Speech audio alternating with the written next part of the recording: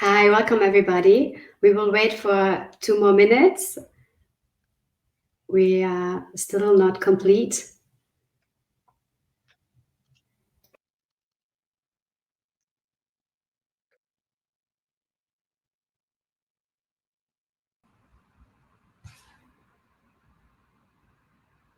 Okay. Hi Simon, welcome. I think we are ready to start. Welcome to our very first BOA career session. My name is Matilde Kabenda. I am Head of Product Management and Marketing for our job orientation and study orientation tools at ZEIT Online. And today's topic, as you all know, is decision making. As you all know, decision making can be really tough. Especially in the beginning of our career path, we have to face a lot of major decisions. But also on the job, as a professional or as an executive, we all have to face multiple decisions every day. So let's try to improve our personal decision-making skills. To do so, I have invited two real experts in decision-making today. I'm really happy to welcome Julia Dhar and Simon Mueller. Julia Dhar and Simon Mueller are the authors of the Decision Maker's Playbook. It's a very useful workbook published by Pearson that I could recommend you all. It gives a lot of practical advice by the use of mental models. And mental models, we will learn a lot about that today later on. But first of all, some introductory information for you guys. This session will take about 75 minutes. We will get some keynotes, but we will also have time for your questions. As you can see, we have a chat window. It is set on private, so we as the moderators can see you and see your messages, but they are not able or visible for everybody. I hope you can hear me, guys. I see in the message that some person has problems understanding us. Maybe you could give me an emoji or something. Yeah, okay. I think most people are able to hear us. Okay, glad to see that. This session is also recorded, something you should know. So people will be able to watch it later on. Also, you guys, you will receive a wrap-up mail after the webinar where you find some useful information about mental models in the book. And you are also able to watch it again if there's something you would like to see again. Okay, so I think we should dive deeper into mental models and into our topic. But first of all, we would like to get to know you guys a bit better, our audience. We are not able to see your cameras, unfortunately. We are too many people today, but we have a little poll prepared for you to get a better understanding of your situation. So we would like to get to know you a bit better. What is your current career situation? I can see many people already answered it, but I will wait for some more. We are over 50, 60 now.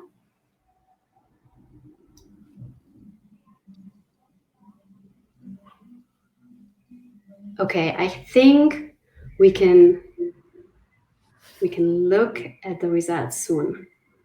Yeah. Okay, so it's a mixed field. I see professionals, I see students, I see young professionals and also college students, but the biggest part is professionals. I think that's good to know because Julia and Simon might refer to your situation also in their talks and in the questions afterwards. Okay, so let's dive deeper into the topic and get to know our keynote speakers a bit better. Let's start with the ladies. Let's start with Julia. Julia Dhar is a partner at Boston Consulting Group, and she is also a behavioral economist and a strategic policy advisor. And she is also, what I really liked, she's a debate champion. What I didn't knew before, that debate is a really professional field. She won the debate championships for 3 times, the debate championships for schools. And she was also a former private secretary of the finance minister of New Zealand. Julia has some really interesting TED Talks. If you're interested in TED Talks, I love TED Talks. She has 2 TED Talks about debate and about the importance of finding common ground and how to productively disagree. And she also studied at Harvard, which is interesting because I think that's where she met Simon, right? That is exactly right. Yeah. Welcome, Julia. Welcome, Simon. Simon is the other co-author of the Decision Maker's Playbook, and he also graduated his master's in public administration at Harvard, but he also studied economics in Mannheim and Heidelberg. So as you can guess from his name and the university countries that he's also German, like me. What you should also know about Simon is that he was also a consultant at BCG for quite a long time, over 10 years. And he also worked for the think tank there. And he advised clients in the fields of technologies and the strategic decision-making topics, something we will talk about today too. And Simon is also co-founder of the Future Society. The Future Society is an NGO which advises policymakers on the reasonable use of emerging technologies such as artificial intelligence, data mining, things like that. Yeah, so welcome, Julia and Simon. I would like to get to know you a bit better first. And what I was wondering, Julia, is what motivated you to write a book about decision making in the first place? First, good afternoon, everyone, and good evening, good morning around the world, wherever you're joining us from. Thank you for spending a little bit of time with us today on a topic that we care a lot about. For me, it's really simple. We spend our whole lives making decisions, whether you're aware of them or not, and deciding not to make a decision, letting someone else make a decision for you, just waiting to see what will happen. All of those things are decisions, even if they don't feel like it. That's a long way of saying over the course of a day, we're making hundreds of different decisions. Some of them are very important, some of them are not. But it is also a skill and a practice that we can get much better at. So it started with a very simple idea of imagining that the quality of the decisions that we make as individuals, as organizations, as businesses, as countries, if every single day those could get 10% better, 1% better, imagine what the possibility might be that comes out of that. And that's the starting point from the book is, are there a set of evidence-backed, but maybe a little bit surprising, very practical tools that will help readers make better decisions in their lives and work? Yeah, I think this would be a better place if only 10% of our decisions would be better. I agree. Talking about our session today, what do you have in store for us today, Julia? Well, we want to share a couple of things. I mean, partly a little bit about our own journeys and how we get to this conversation and how these really critical decisions that are in front of some of you today, how these concepts might be valuable to you. But I almost think about it in 2 parts. So part number 1, Simon is going to share with us some frameworks. We call them mental models, a kind of map of the world or a way of making sense of the world that might be useful to you as you confront some big decisions. And once you have those mental models in mind, I want to spend a little bit of time with you turning those into tactics, saying, okay, but when we hang up the phone, 72 minutes from now, what are some things that you can do immediately that will be able to put those into practice? And most importantly, we want to hear from you. We want to hear your questions, the things that are challenging you, and see if we can apply the tools and practices of the book to the work that you're doing, to the decisions that you're facing. Yeah, I think that's a really good mix of topics, and I'm really excited to learn more. But first of all, I think to get a better understanding of the basic techniques you use, I would like to dive a bit deeper into mental models and what models are. Simon, you choose to use mental models in your book with Julia, and why exactly do you use mental models, and what do the mental models you used have in common in the book? Thanks. So thanks a lot for the introduction, by the way, and glad to be here. And hi to everyone dialing in. I heard this was a very popular course and popular webinar, so I hope we can deliver the high expectations. Mental models, right? It's a very technical term. It sounds complicated, etc. What it is it's simplification of reality, right?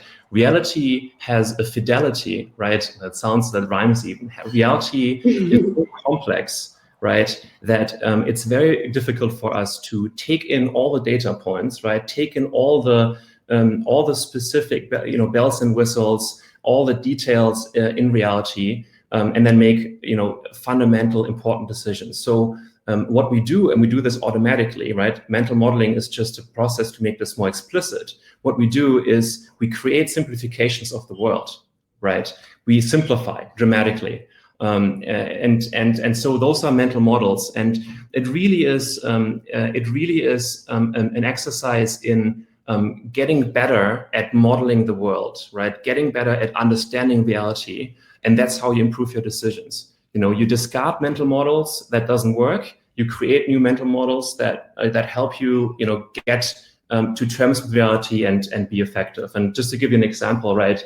And I guess you can call this also theories, right? But I'll give you an example, two examples. A very, very easy one, right? If I take this bottle, right, and let it go, right, I'll drop it. It will fall to the ground. It won't break because it's made of a certain material, right? But that's a theory, a mental model that is proven, and we have enough data points to believe it. It's a very, very solid theory, very solid mental model. Now compare that, for example, with the fact, or the statement that if I eat a steak every lunch, right, every day, I'll get fat.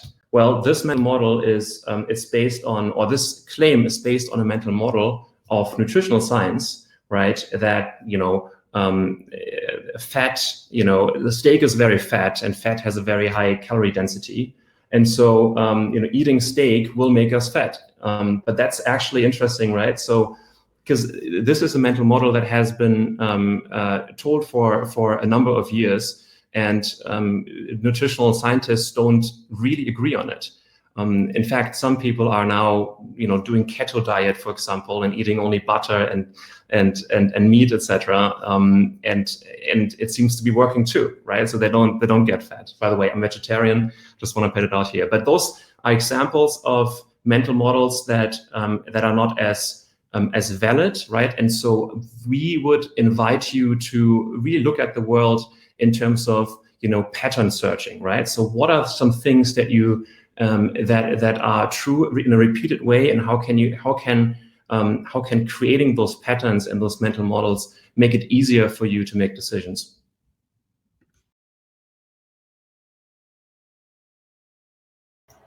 Okay, thanks, Simon. You're not visible right now, but I hope, yeah, you're back here. Yeah, and I apologize. My screen is dropping in and out. I hope you got the statement. Yeah, we got it perfectly fine, I think. Thank you. So before we dive deeper into specific mental models that we can use, I would like all of us to take a moment to reflect. I really liked a quote in your book that said, "A problem well stated is half solved." And I think this is a really positive way of looking at questions or problems we are facing in our everyday lives. So I think this is something we should do all together. And I would invite each of you, of the participants here today, to take a moment to reflect and ask yourself the question you all already saw for a second. The question is, what questions or decisions are you facing right now? What are you maybe also struggling with, or potentially struggle in the near future with? You can take a moment just for yourself. You can write it down privately, but you could also post it in the chat. It will only be visible for us as the moderators, but it's interesting for us, Julia and Simon, as well, to use it maybe as examples for techniques.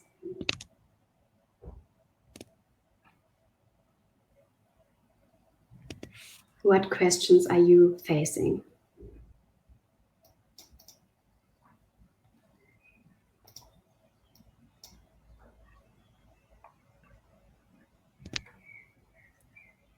I see active messages popping in.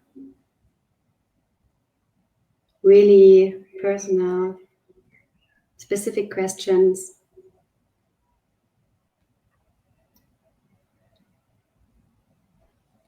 It's a lot of career decisions, as I can see so far. It's decisions like, do I want to do a PhD? Should I take the next career step or wait? What should I do after school? What should I do with my life? Job-wise, really big decisions. And as I mentioned in the beginning, it's the big decisions, the major decisions, especially in the beginning of our career path, that we are struggling with because we know that they have a great impact on our lives. So I think especially these kind of decisions are best to use mental models like this we will talk today to help you solve problems, or at least get a better understanding of your possibilities and a better basic setup of arguments to make better decisions. I see some more questions. I will just randomly read some for you. It's also like, how do I start my career without wing what I want? How will I earn an income?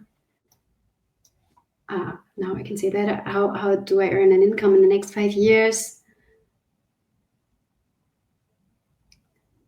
Should I exit my sales job, well paid, in the chemical industry to do a PhD in chemistry? It's really practical uncertainties you're facing.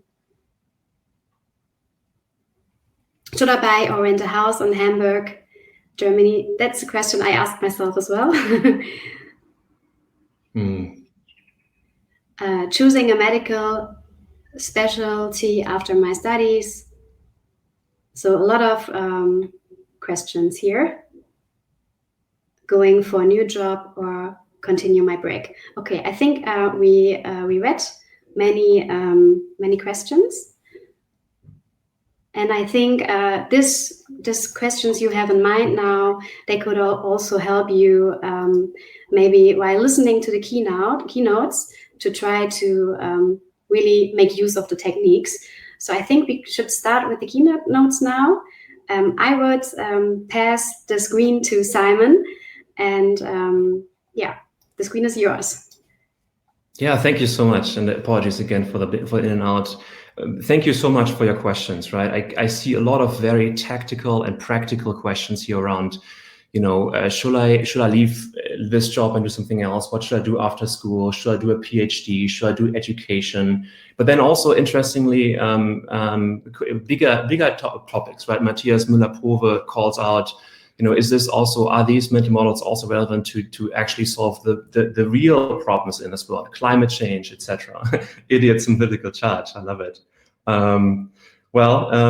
So let me be very practical, right? So, but still try to use some of the concepts and mental models that we have in the book. So the first thing I want to talk about is optionality, right? So think of your career in terms of optionality. Options, what are options, right? An option is the right, but not the duty to do or to get something in the future, right? So option is the duty, is the right, but not the duty to get or to do something in the future. And that is really based from, or is definitely a finance model, right? So it really is an insurance against uncertainty in the future. And I think it's extremely important because the world we live in, the US military calls it the VUCA world. VUCA, volatile, uncertain, complex, and ambiguous, right? And I think that's how we all feel, particularly after COVID-19. We don't know how long this pandemic is going on. We don't know if there are variants of concern who continue to spread, proliferating and spreading, etc. So, thinking in optionality means building a safety net, building a baseline, and then afterwards experimenting, meaning increasing almost the volatility of your outcomes, but only after you build your safety net, right? And so the very specific advice I have for many people who have specific job questions right now is the following, right? I think that you should select a job, particularly if it's the first one or one of the first out of university. You should select a job that helps you build capital. And I don't mean necessarily financial capital. Of course, having a job that's well paid is very important. But what I mean more than that is human capital. And I know human capital sounds, again, very technical, very kind of instrumental. But if you drill down into that expression, what it means is having marketable skills that will help you choose a different path later on. So you don't want to be locked in. You don't want to do in the beginning of your career. You don't want to be a one-trick horse, essentially, only being able to do one thing. You want to do something that you can build up on, skills that you can build up on. And one thing that I truly think is currently the case, and I don't think you need to go into AI and machine learning, but I think a general understanding of statistics, a general understanding of analytics, maybe even a basic concept of how coding works, how information technology works, is important now and will be more important in the future, right? And I think that's a very, very important point to understand, that you are laying the groundworks, and I think technical ideas and technical capabilities such as statistics is one thing, but communicating correctly via email in person, in Zoom calls, etc., is probably another thing. And why should you do this in the beginning? Well, because you're flexible enough to get up again, right? You are your kind of burn rate is also low. You have fewer duties in terms of family, mortgage, and the younger you are, for example, the easier it is to learn something. So I would really urge you about thinking about optionality in terms of your career. The second question, or the second type of question, right, more of the kind of the important ones, right, making an impact, solving the big problems, is the mental model of counterfactuals. Again, counterfactuals sound very, very technical, but what it is essentially is, in absence of you doing something, what would have happened, right? So an example for this is, imagine you are a doctor and you work in the ICU, right, intensive care unit. That's your choice, right? And you've made the choice because what you are solving for, right? Your goal in life is to, let's say, save as many lives as possible. And I think obviously it's a very good goal and very admirable. But the question you should really ask is, how much of a difference am I making with me being the doctor, right? And so the right question to ask is, in my absence, right, me not being the doctor, what would have happened? Well, the most likely explanation for that situation is that someone else, probably quite similarly qualified, would have taken my job. And so the real difference, the real impact you make in this world is only the difference between the lives that you save versus the life that the next best saves. And if you think that you are really good, you are a tremendous doctor and you are able to save many more lives than the next one, that's great.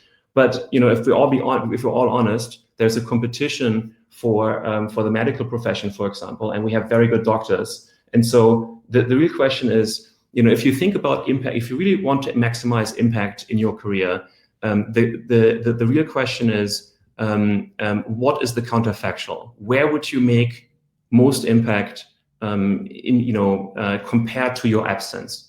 And so I urge you all, or many of you, some of you might already be familiar with that concept or that movement, the effective altruist movement. Effective altruism is all about shaping your career and making career choices to make the impact, to maximize the impact in your life. So Google that, and I think that's that gives you lots of information and gets you down the rabbit hole. Okay, and the last mental model that I want to introduce is the skill versus luck continuum. So as you all, probably most of you, seen yesterday, the disastrous outcome for the German soccer team, right, losing against England 2-0. Well, why is that? Did the German team, the German Mannschaft not play as well, or is that what's the true reason for that? And it turns out that everything, all games, essentially are determined either by skill or by luck, or a combination of those. In fact, most of them are a combination of those. And so if you think about a continuum between skill and luck, on the one hand, right, one extreme is, for example, chess, right? It's all skill, hardly luck. The other thing is lottery. If you play the lottery, it's all luck, nothing skill. There are no professional lottery players. There might be professional blackjack players and poker, but like, a lottery or something, you won't be able to succeed against. So think about this, right? Every process in your life, every game, and I mean not only the games you play on the field, but also games you play in business, right, is somewhere on that continuum between skill and luck. And so if you translate that, for example, using that mental model and translate that, for example, in how do I build a network of people that can sponsor me, help me, support me in the future, right? Networking is typically being portrayed as, use your charisma and just network yourself around in, I don't know, a dinner party, for example, or exchange business cards with your seat neighbor on the plane. And I truly think that that you can think about using that mental model and try to move closer to the skill by just being much more focused, right? So LinkedIn, for example, is a fantastic tool to be much more specific in networking. So if you really want to reach out, it's been super easy to just write people cold emails or cold messages, and most of them are always able to jump on the phone for 20 minutes to discuss your career, to discuss your questions. I have hardly met anyone who turned us down or didn't answer. So even the pundits, the experts, the big people in your field, you can all reach them either by LinkedIn or guessing email addresses. But the key here is writing concise and short emails, for example, to get them in a much more concise way. So that's an example of using the mental model of skill versus luck to think about strategically. To think about where do you want to be and how can you change your approach, in this case, the approach to networking, in a strategic way. And I think that concludes my keynote, and I'm looking forward to hear what Julia has to say. Thank you, Simon. And that transition where we talk about the trade-off between skill versus luck, and this idea that over a long enough time horizon, you will get outcomes that you don't want. What you can do is make decisions that increase the odds of getting the outcome that you want. It's not a guarantee. It just increases the probability of getting the outcome that you want. And that's what we're all trying to do every single day as we apply these techniques to our life and work. So at that transition point, I want to move from helping you think strategically about your career, about your future decisions, to being able to design a framework that will allow you to take action on that right away. And I think it's helpful to think about this in kind of 5 parts. So one is building the plan. The second is actually preparing for failure. So imagining what will happen when things don't go well. Not if things don't go well, but when things don't go well and how we will respond to those. And then I want to talk about 3 techniques from behavioral science that actually increase the chances of success for all of us. So step number 1, as you prepare to plan for any big decision in your life, one concept that it's really valuable to think about is the idea of a critical path, right? And so if you imagine the process of applying to a university. Taking the entrance exams, writing the essay or preparing the application where that is required, having the interview where that is required, and getting into the university. Those really are the only 3 items on the critical path. Those are the things that really must happen in order for you to get the outcome that you want, if you work backwards from the outcome. And of course, there are so many little bits and pieces in there. There are so many small actions to take every day in preparation for that journey. But starting by identifying each of those steps on the critical path, and then asking yourself, am I really doing something that moves us further along the critical path, is one way to really quickly build a high quality plan. Because it can be really tempting with any kind of big project to say, well, I'll just spend another 30 minutes reading one more article. I'll read one more blog post about the best way to study. I will get another set of the pens that I really like in order to be able to write this practice exam. Those might all be things you choose to do. Those might all be things that are ultimately a little bit helpful for you in your journey, but none of them are really on the critical path. None of them change the time at which you have to sit this entrance exam. None of them change the date of your interview. So start with the very small number of things that are on the critical path and ask yourself whether all of your energy and effort is actually directed towards moving you and your goals further down that critical path. That's step number 1. We call that prepare to plan. Step number 2, less glamorous, less exciting, more important. We call it plan to fail. And plan to fail is the idea that human beings fundamentally are optimistic. In general, our brains believe that things will work out well, and that things will work out well for us, that we are in some way special, like more special than other people.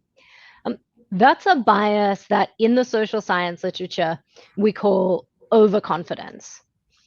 Overconfidence is actually very important. If you think about it from an evolutionary perspective, overconfidence is what allowed people to set out on missions across the sea. It's what allows people to make investments in really speculative ideas. It is one of the fuels of innovation. So it can be a tremendously positive force. But overconfidence that isn't tempered by planning just becomes gambling. Right? At that point, you don't have a plan to be able to appropriately calibrate your risk. And one way we build that calibration in is right at the beginning. So right at the start of any new venture. And you'll know this moment where you're really excited. You can easily envisage a successful outcome, getting into the college that you want, getting the job you want, having a business idea that becomes profitable. That's exactly the point that we ask people to describe what are all of the ways in which this could go wrong. And so some people talk about this as kind of fear casting. So instead of forecasting, you're fear casting.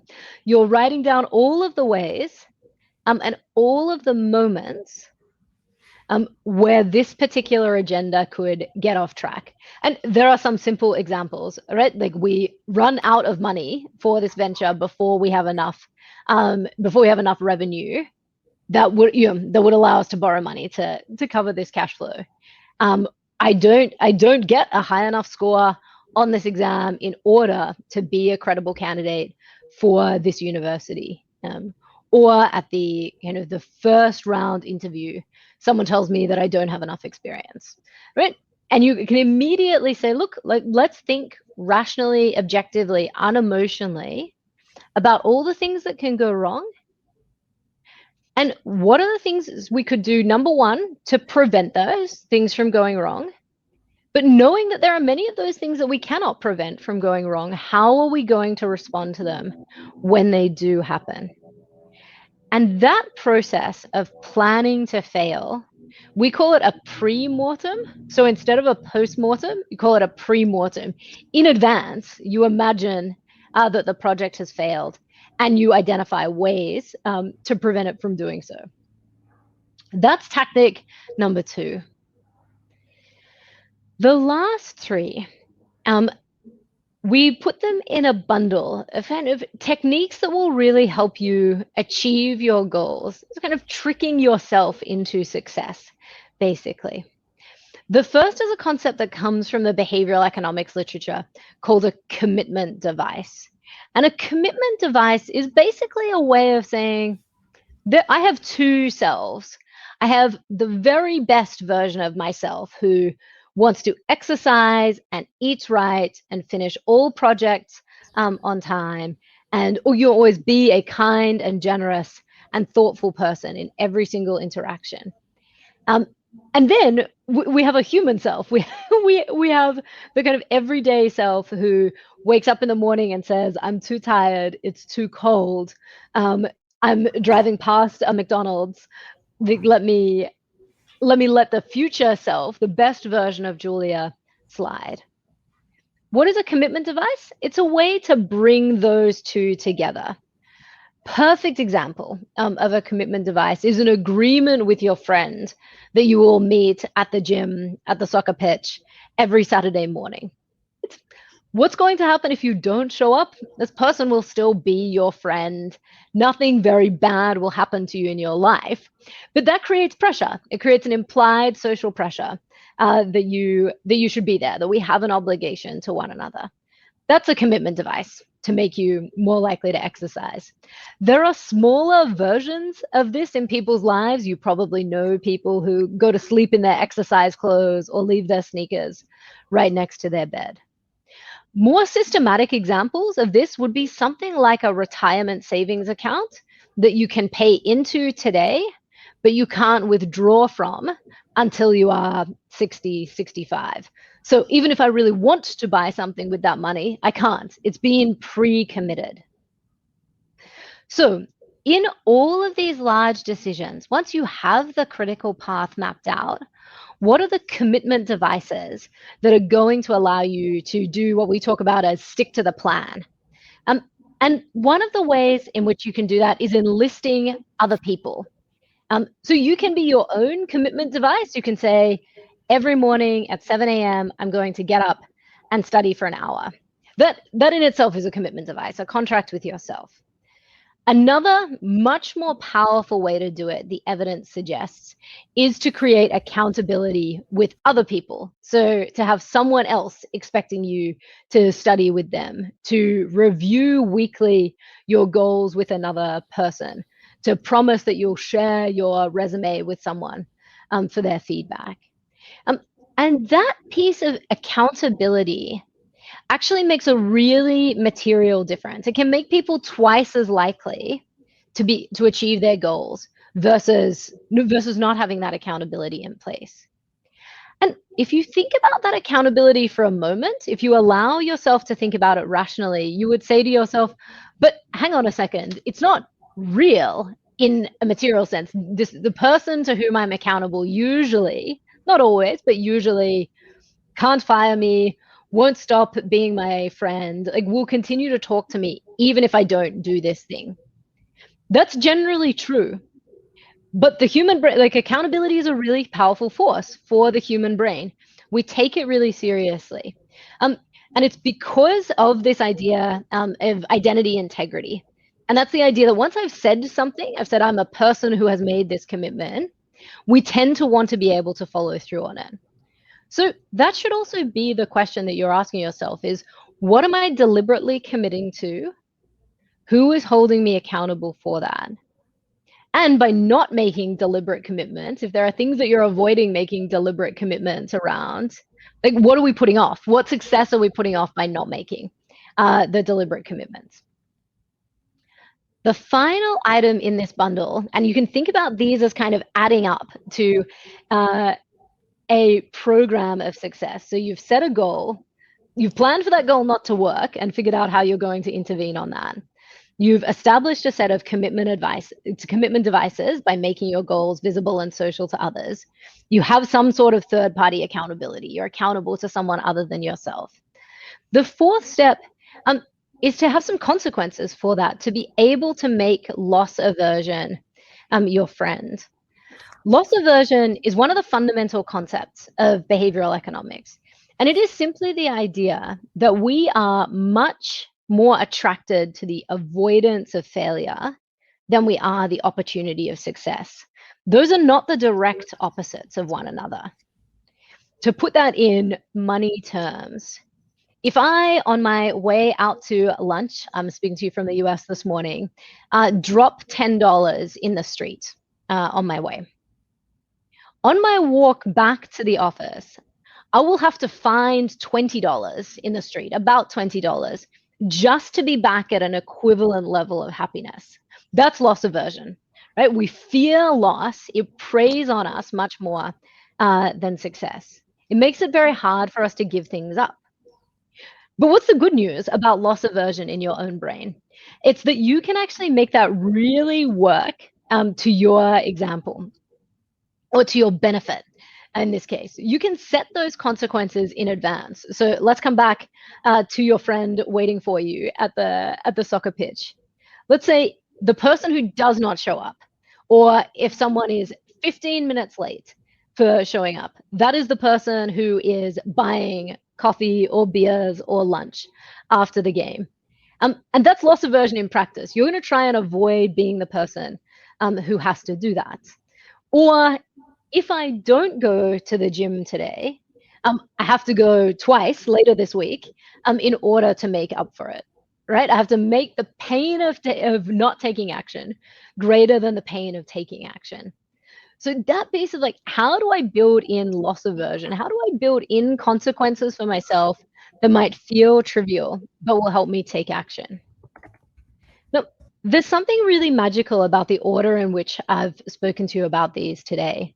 So when you have a goal in place, so you've prepared to plan and you've planned to fail, and then you've established some kind of a commitment device.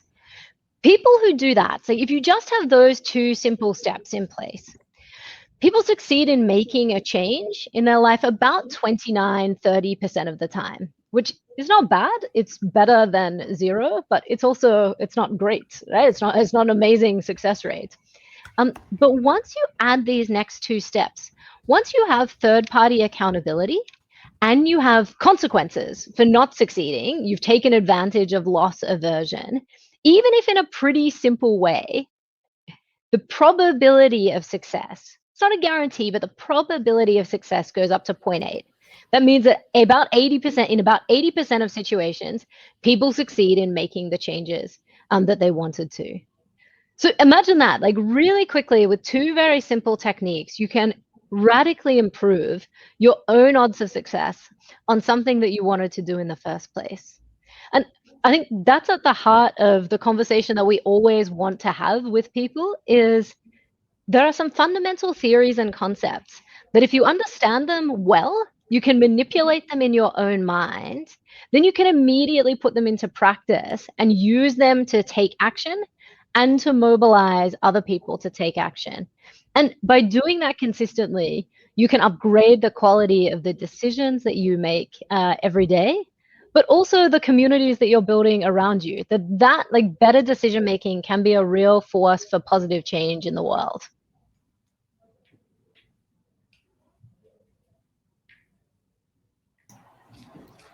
Thank you, Julia. Thank you, Simon. I think that the techniques that you mentioned are really good examples of how to use the techniques you have in the book for specific problems we are facing. I know that there are much more in the book, and I guess it was hard for you to decide which ones to explain here. I saw we had some questions in the chat that we could maybe talk to. I also would welcome everybody of the listeners to post questions. If you have some, we can talk about that now. And you might know this feature from Clubhouse. We can also bring you to the stage if you want to be visible. And we can also put some of you here to go into a dialogue with us. But maybe first of all, we can start with 1 or 2 questions I grabbed up, reading the chat and also following your talks. And the first one is, I think, more something, maybe a language problem, but maybe not, the term loss evasion. I think this was one question, and I think there are probably more listeners that don't really get the meaning of that.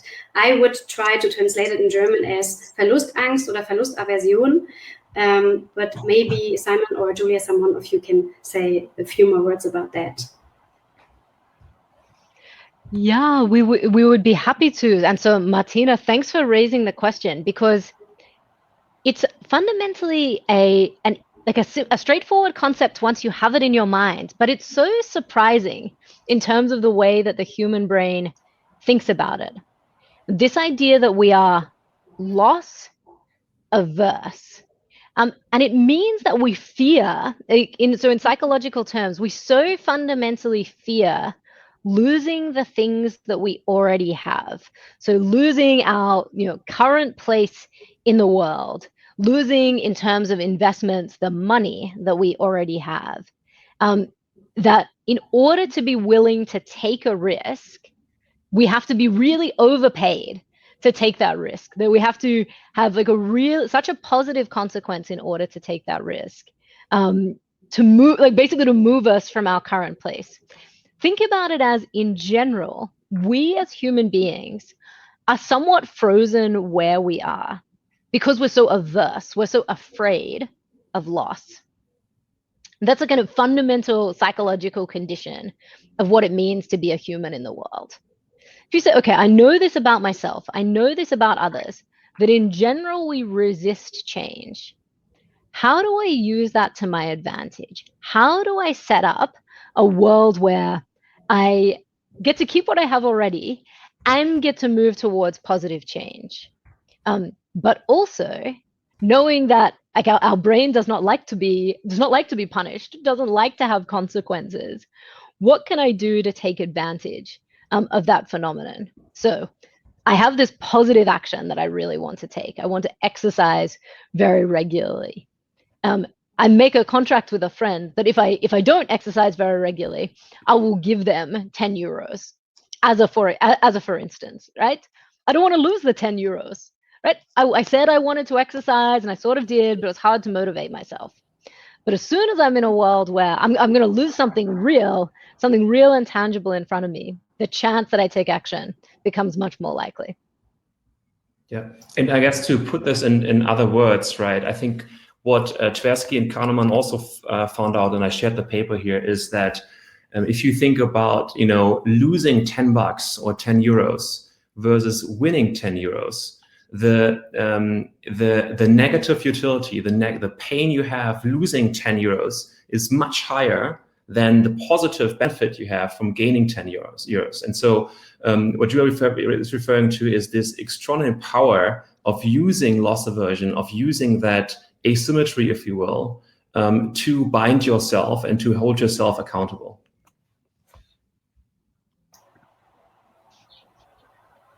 Yeah, thank you for explaining that. I hope this helped our listeners to understand the technique.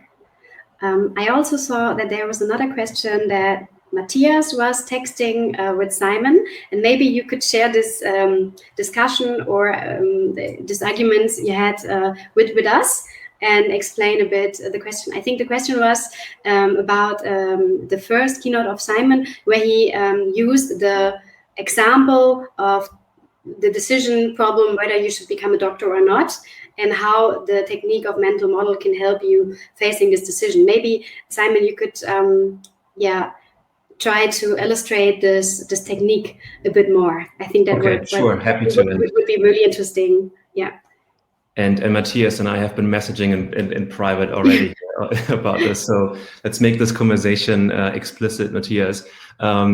it's counterintuitive really to understand. It really is, right? Because that's not the way we think about this typically. When we think about a decision and what impact we have, we often, the reference point to that we use to compare our decision is oftentimes not doing it, or like nothing will happen, right? So again, going back to this example of the doctor, right? So again, let's say Julia is a doctor in the ICU, and she saves 20 patients per day, right? She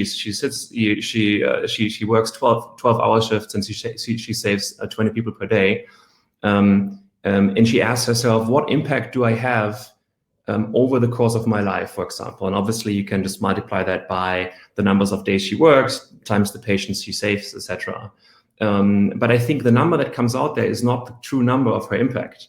It is only the difference between her doing it and the next best person doing it, if that makes sense.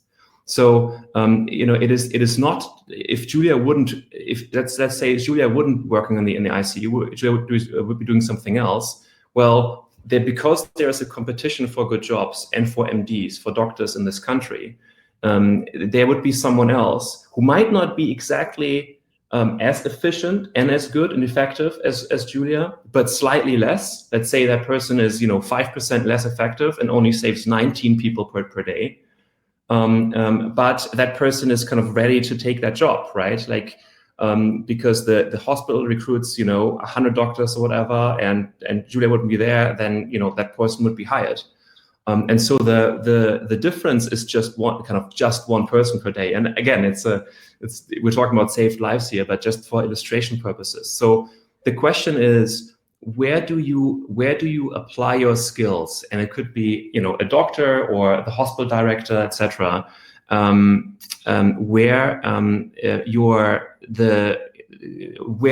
you apply your skills compared, and what impact do you have compared to a situation where you wouldn't be available, right? And so, one very simple example is, there is massive underfunding of certain cause areas in this world, right? Like one is, for example, malaria. Even though the Bill and Melinda Gates Foundation puts lots of money in it, your additional contribution of, I don't know, $3,000 per year on average saves one person's life, because the next best is $0, right? You're always on the margin, if that makes sense. Like, it's not like someone else would take your place in donating $3,000 or 3,000 euros to the organization. It's you are making a true difference there. And I think you can think kind of similarly about certain positions that you're looking for in terms of your career choice.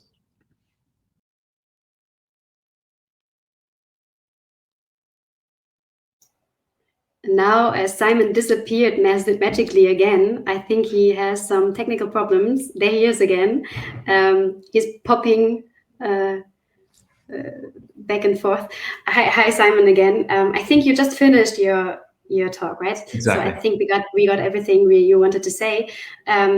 I think there are also some reactions to this example, because this example is a bit can be seen a bit provocative, because you're talking about saving lives and counting numbers. And I think this example is really good. I also read it in your book. It's an alternative way, or maybe a counter argument for people who think my goal in life is to find a job that makes a real big impact to make the world a better place. And what you're saying, I try to phrase it in my words, correct me if I'm wrong, is people tend to overestimate their own impact they have on the world. So as a basis for making a decision, this shouldn't be the only way they see. They shouldn't think, I have to become a doctor to change the world, if being a doctor is maybe not something I'm sure I want to be. So the alternative could be your motive here. Ask yourself, what is your motive? Is your motive, I really want to become a doctor? Or is it, I want to save the world? And if it's, I want to save the world, have a look at other options you could choose to save the world. And this could also be donate for a thing you think is most important, right? am I getting it right? I think this was a really interesting. Yeah, that's exactly right. And I already getting lots of flack here on the chat that this is very utilitarian, and that I'm missing out, and that I'm talking about people's lives. And I completely agree. Like that's a criticism, right, on this approach. And it's only valid if your goal, in fact, is to have the maximum impact in this world, right? So that's an implicit assumption or a requirement that I started with. But obviously there are lots of other professions where the same model can be used. You're not an ICU medical doctor, but you are a very different profession. But in terms of impact, is the same thing, right? If you work in fiber optics, if you are PhD in something, again the question is, then your goal is where do I have the marginal impact in terms of my career advancing this topic of, let's say, fiber optics, right? And the question has to be the same thing. The question, I think, has to be, well, if I wouldn't do it, and I think it's really important that the world knows about this and we make progress on this front, what would be, in my absence, would there someone else be, within a year or within like half a year or even tomorrow, who would take that view, right? Or who would develop that scientific search and research. So I think this mental model, I think, is very important for not only for saving lives, but for whatever you do. Yeah.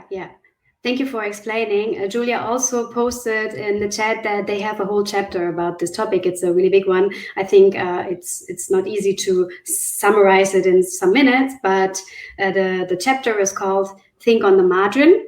And I think it's a big topic, as we see. And the critique I read here of one of our users, Oliver, is that he thinks it's a highly utilitaristic point of view.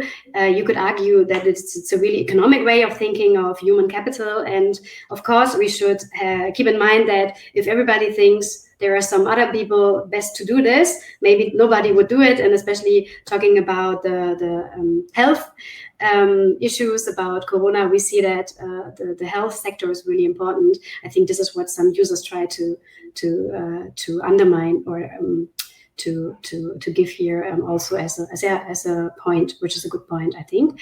But still, I think this can be also used as a technique for decision making when, especially the point of how big is your impact is something you are struggling with.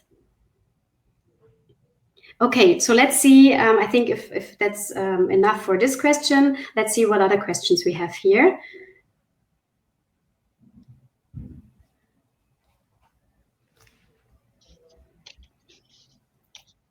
I will give the user some time to ask questions too. If you have different questions, just text them into the chat. But I also noted down a question that I think is really interesting, because there are so many different techniques, and I think not every technique is the best for every problem we have, and therefore you give very practical advice in your book. And but I would like from you personally, do you have favorite mental models you tend to use in your everyday lives? Oh, Julia. That's a good one. Many, lots of the ones that we talk about in the book. Matilda, I'm going to cheat. I'm going to pick two, if that's okay. So the first one is helping me think about the way in which I might be biased as I come to make a decision. And it's true for all of us, right? We're all biased in nearly all of the decisions that we approach.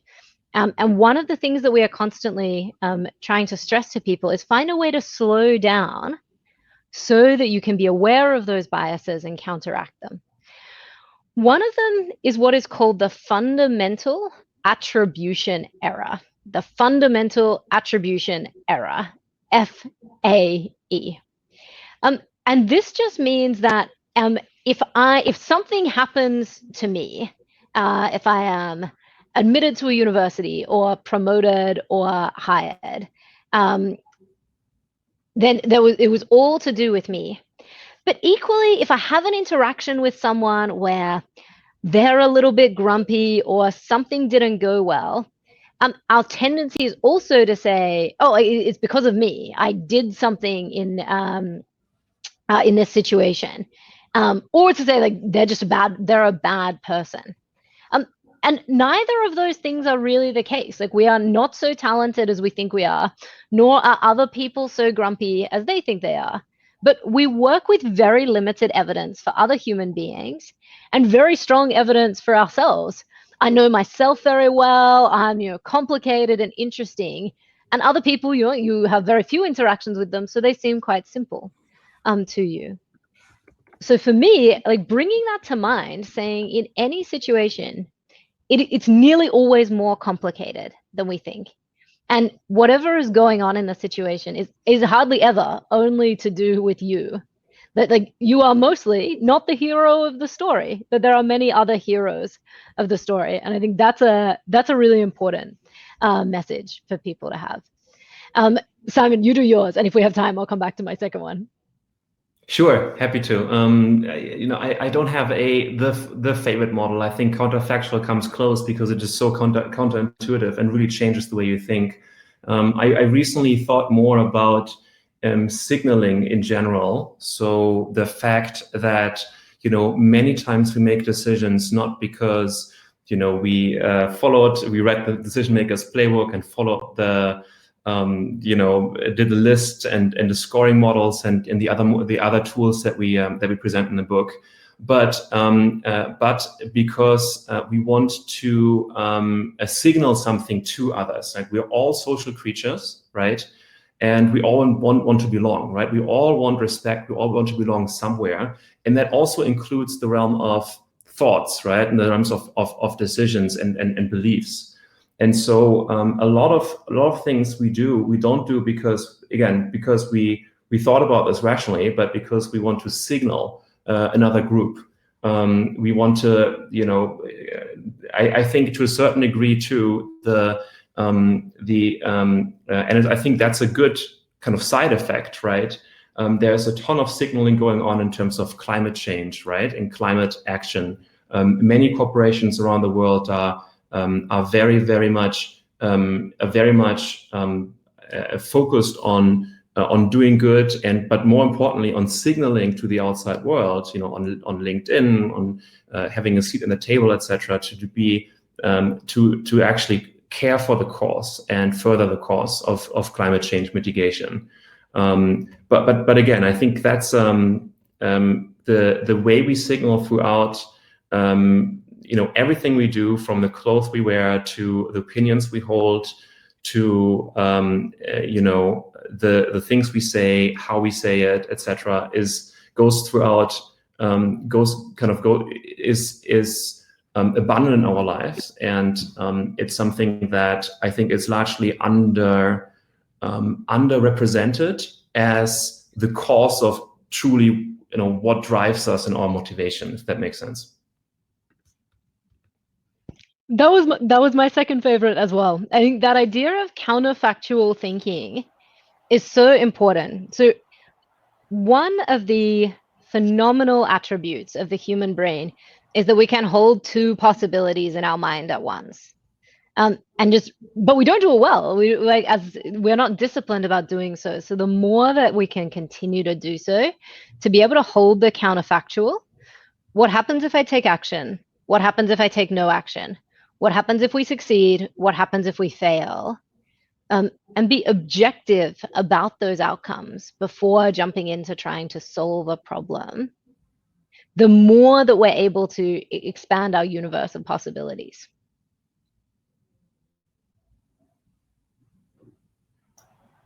Yeah, thank you. I really like those two models. I have a really, really simple one. I asked myself the same question, and I don't know if there's a model for it too, but I would like to know what you both think about it. When I'm facing decision making, which can be hard for me as well, I often come back to the same routine. You maybe know that yourself. You are thinking about something and you are not sure what to do, and pretty often there's one thing that pops into your mind very, very quick, unconscious, And then you'd start to think, and you have these models, and you have this pro and con lists, and this mind maps, and all these methods. And what I really, really often come back to is this methods help me to secure myself and to lower my fears. But in the end, I really often come back to my first impulse. But the first impulse is very emotional. And as we humans, we are complex. We are not happy to be just emotional about these big decisions like buying a house, choosing a job, quitting a job, starting a PhD. So really often we feel what is right in our belly, in our head, in our hearts, wherever.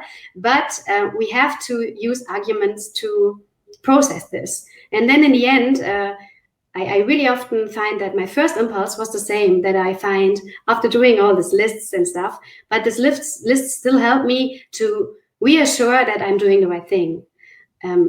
So maybe I would like to know what you think about that. I think that's right. There absolutely is a place for instinct in decision making. And the more expert you get in any category of decision, the better you're going to know yourself, the better that you're going to know the decision. But there is still a place for going through the process. How do we know that? Because in some of the most complicated decisions performed by the most expert people, we still use checklists. We still move people through the decision-making process. Think about deciding whether a plane can take off, deciding whether or not it's safe for a surgery to proceed. The people who make these decisions, who perform these procedures, are extremely expert at what they do. Typically, they have spent thousands of hours of their life doing so.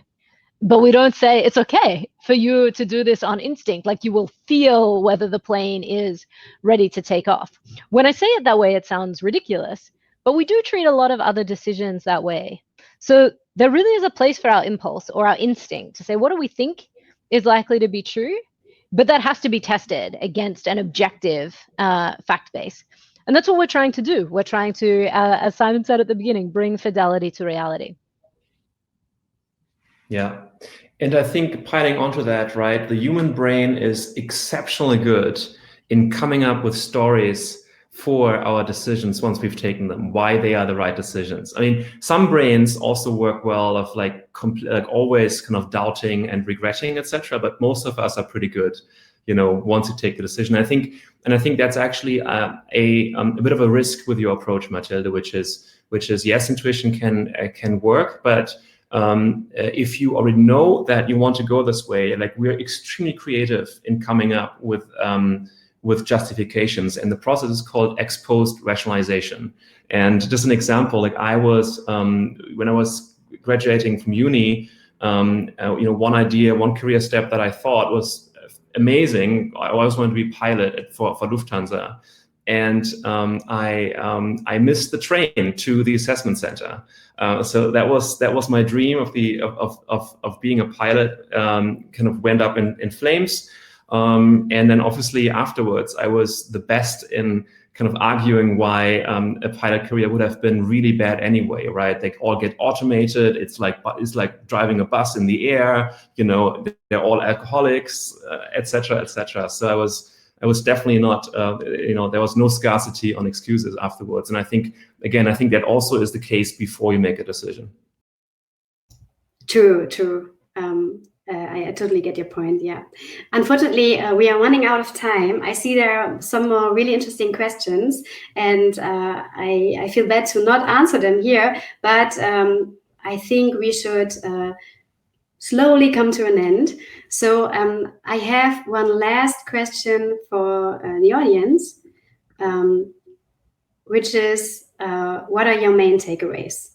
I think this is always a good question to ask yourself after so much information. You have to digest it, but maybe there's some information that stuck to your head immediately. And if this is so, we would like to read it. So again, feel welcome to post it in the chat. What are your main takeaways of today?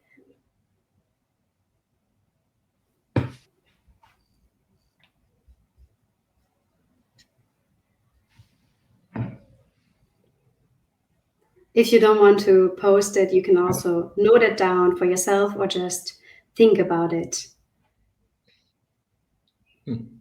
I read one. Don't overestimate your impact. Counterfactual. Oh, it's popping so quick now. The chat is moving so quick. Maybe we can just have a look at it. Do you see it here? I think it's great. Okay It's for all, you if we share it.